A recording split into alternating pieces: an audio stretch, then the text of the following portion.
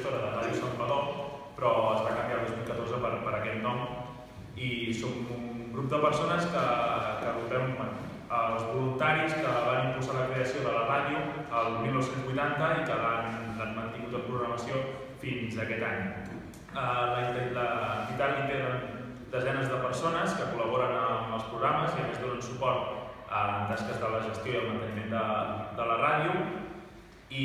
de l'emissora en si. Aquesta, a més, la ràdio s'ha formalitzat en diversos convenis en col·laboració amb l'Ajuntament i etc. I total,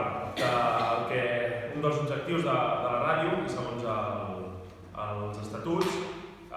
són col·laborar amb la gestió i la programació de l'emissora de ràdio, que això no té gaire a veure amb el que demanem, però és promoure la comunicació a tots els nivells en l'àmbit local i fonamentar la bidireccionalitat, és a dir, que tothom qui vulgui estar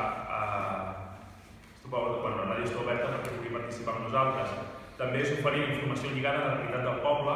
i això ja va més encarat al que volem demanar, que ho explicaré ara, i contribuir a l'esbarjo comunitari, convertir l'emissora en un instrument de debat públic i d'expressió creativa i contribuir en el procés de la normalització de la llengua. El que volem demanar és un equipament de sonorització per grans espais, com pot ser el camp de futbol a les Penyes o aquí a la plaça de l'Ajuntament, o també podria ser el Cal Llobet, perquè així puguem utilitzar-ho per diverses actes i poder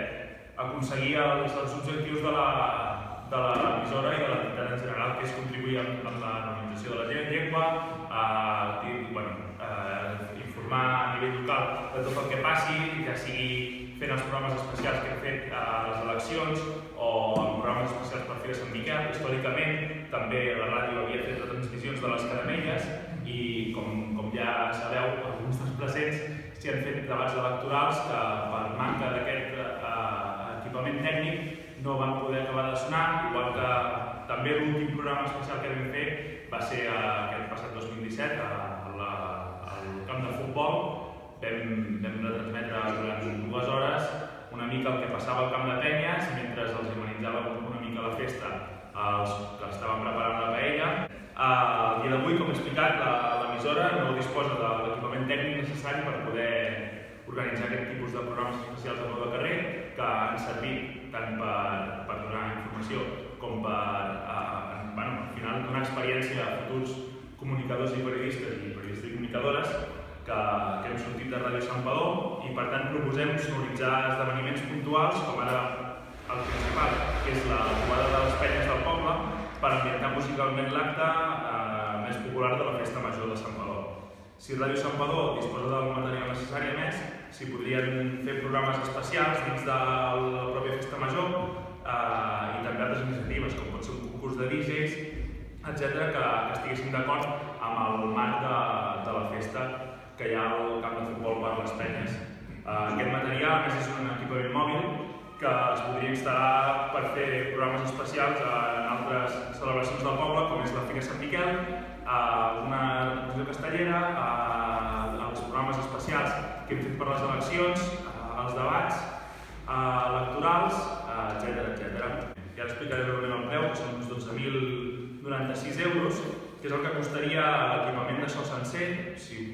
voleu explico cada cosa que és, però és el just per poder fer un programa a peu de carrer, l'equipament informàtic i la sonorització exterior, que és el que al final més costa, ja que els altaveus posen un total de 2.620 euros. I clar, dins de l'equipament informàtic, explico ràpidament, hi ha un portàtil, un so i els materials per poder connectar a l'altaveu. L'equipament de so serien els auriculars, les mànegues de jack, els micròfons i els transmissors i la sonorització exterior, que és els altaveus i l'amplificador. Creiem que és un material que no només ens donaria molta veu a nosaltres, sinó que també les entitats i les Penyes haurien d'estar-hi interessats perquè contribuirien molt en facilitar la comunicació amb l'Ajuntament de festa, en donar-li veu i al final fer de megàfon del que fan les entitats i del que passa dins del poble. Sí, això sobretot, encara que això surt d'una necessitat que hem vist, una entitat del poble, i que sí que òbviament que ho veiem des del nostre punt de vista, deixar clar que això seria un un material que seria per la ràdio, sinó que seria una cosa municipal, per tant, propietat de l'Ajuntament, i aquí tot Joel, que això qualsevol entitat que decideix sonoritzar alguna cosa ho podria servir. Això sí que volem deixar clar que